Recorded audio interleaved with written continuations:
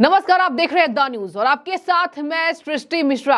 INDIA गठबंधन को एक तगड़ा झटका ईडी ने दे दिया है। इस वक्त ब्रेकिंग न्यूज ये सामने आ रही है कि राजस्थान के गृह राज्य मंत्री और सीएम अशोक गहलोत जो कुर्सी नहीं छोड़ना चाहते हैं, उनके काफी करीबी मित्र गृह राज्य मंत्री राजेंद्र यादव के घर पर, उनके प्रॉपर्टीज पर और उनके ऑफिसेस पर ईडी की ताबड़तोड़ कार्रवाई हो रही है। इस वक्त ब्रेकिंग न्यूज आप देख रहे हैं और देखिए ये ब्रेकिंग न्यूज तहलका मचाने वाली है। अब कांग्रेस के प्रमोद तिवारी इसमें यहां पर बिलबिला गए हैं। उन्हें बहुत ज्यादा दिक्कत हो रही है कि आखिर ये छापेमारी क्यों हो रही है। अब मैं आपको सबसे बड़ी खबर दे दूं, यहां पर पहले कांग्रेस नेता प्रमोद तिवारी के बयान को बताऊंगी।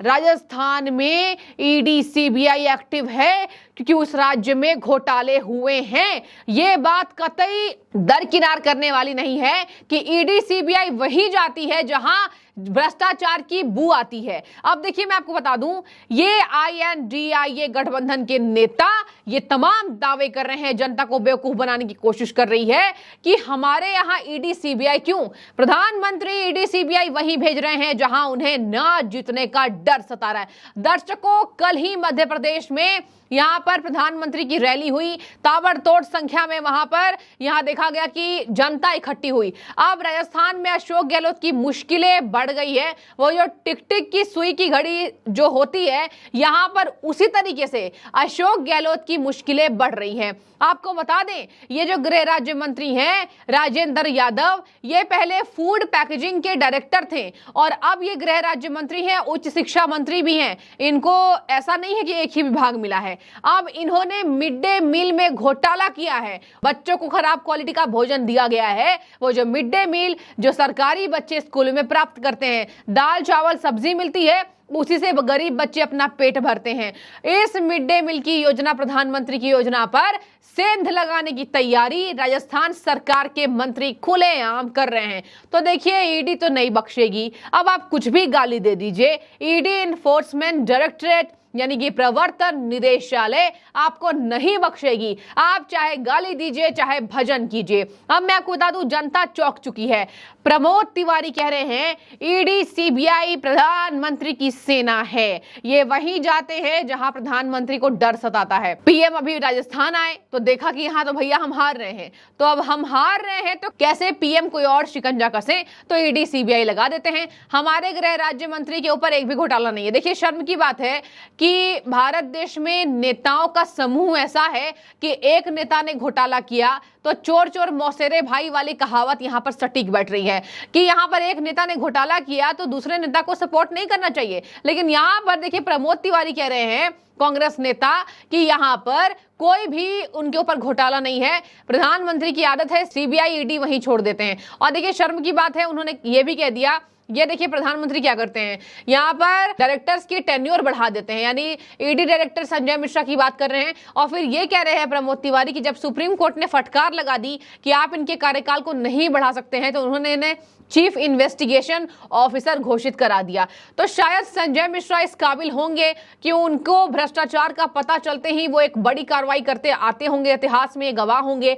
इसी वजह से प्रधानमंत्री ने उन्हें चीफ इन्वेस्टिगेशन ऑफिसर बनाने का वादा कर दिया और वादा ही नहीं, ये घोषणा भी हो चुकी है। दर्शकों, इन्हीं सब बातों के बीच यहां पर प्रमोद तिवारी कह रहे हैं कि ईडी सीबीआई वहीं जाती है जहां पर प्रधानमंत्री हार जाते हैं और प्रधानमंत्री की पार्टी के ये फ्रंटल ऑर्गेनाइजेशन में इनको भरोसा नहीं है। मतलब प्रधानमंत्री को अपने संगठन पे भरोसा नहीं है, ईडी सीबीआई पर ज्यादा है। मतलब देखिए, ये तंज कस रहे हैं इनडायरेक्टली कि प्रधानमंत्री को वहीं भरोसा है जहां उनको संगठन पे भरोसा नहीं है, मतलब जीत पर भरोसा नहीं है। तो ईडी सीबीआई लगाकर ताबड़तोड़ एक्शन कराते हैं। दर्शकों देखिए, पहली दफा नहीं है इनके ऊपर, ये जो गृह राज्य मंत्री हैं राजेंद्र यादव जी, 2022 में भी ईडी ने इनकी संपत्तियां जब्त की थी।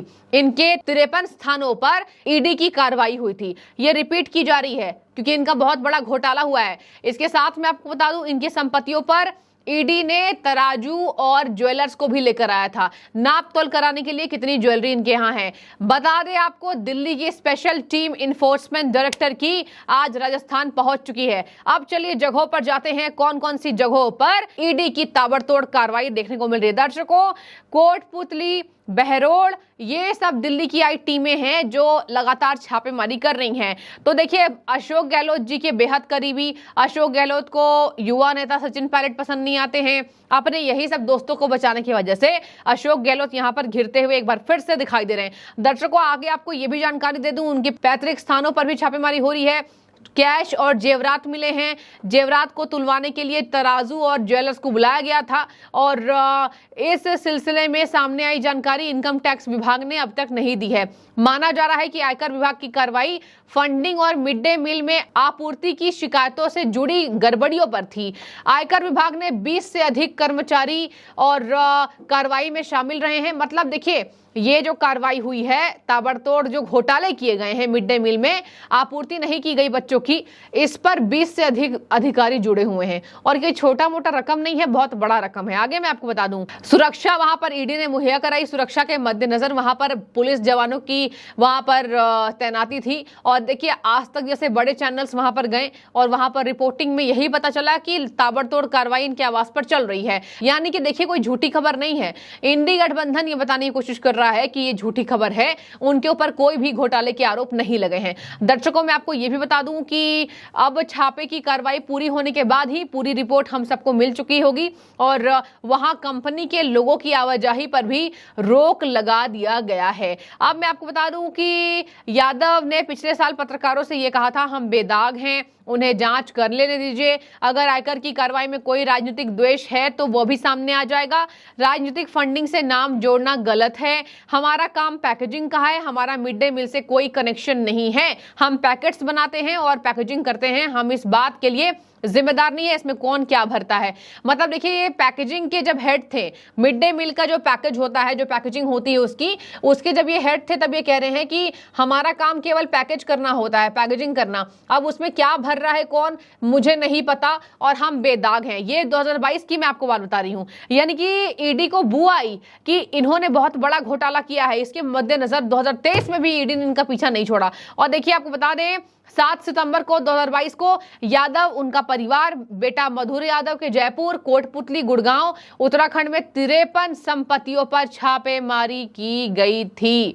सोच लीजिए जरा, 1-2 जगह होता है तो चलिए बात मान भी जाएं, 53 जगहों पर ईडी की ताबड़तोड़ छापेमारी हुई थी। यानी कि खराब क्वालिटी बच्चों को देना इनके ऊपर भारी पड़ चुका है और अब इन्हें ईडी नहीं बख्शेगी। अगर यही रवैया रहा तो राजस्थान में अशोक गहलोत सरकार की कुर्सी हिल जाएगी, ये जनता कह रही है। वैसे भी देखिए, आप सब जनता जनार्दन हैं, अभी साल के अंत में चुनाव होने वाले हैं। साल का अंत क्या कह रहा, सितंबर का महीना खत्म होने वाला है। यानी देखिए, कुछ ही दिनों में वहां पर इलेक्शन होने वाले हैं।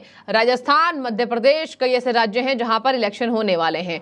ऐसे में ईडी की कार्रवाई इन नेताओं के ऊपर ग्रह दशा बनकर आ चुकी है। देखने वाली बात होगी अपने आप को इस जाल से ये नेता कैसे अपने आप को बेदाग बताते हैं। फिलहाल प्रमोद तिवारी जो कह रहे हैं, कांग्रेस के नेता, प्रधानमंत्री की सैन्य टोली, सीबीआई और ईडी का क्या है, सरकारी एजेंसियां प्रधानमंत्री की टोली हैं। ये पीएम के विरोध में कांग्रेस नेता प्रमोद तिवारी का कहना है। अब मैं चाहूंगी आपकी राय, जरूर रखें। बहुत शुक्रिया आपका।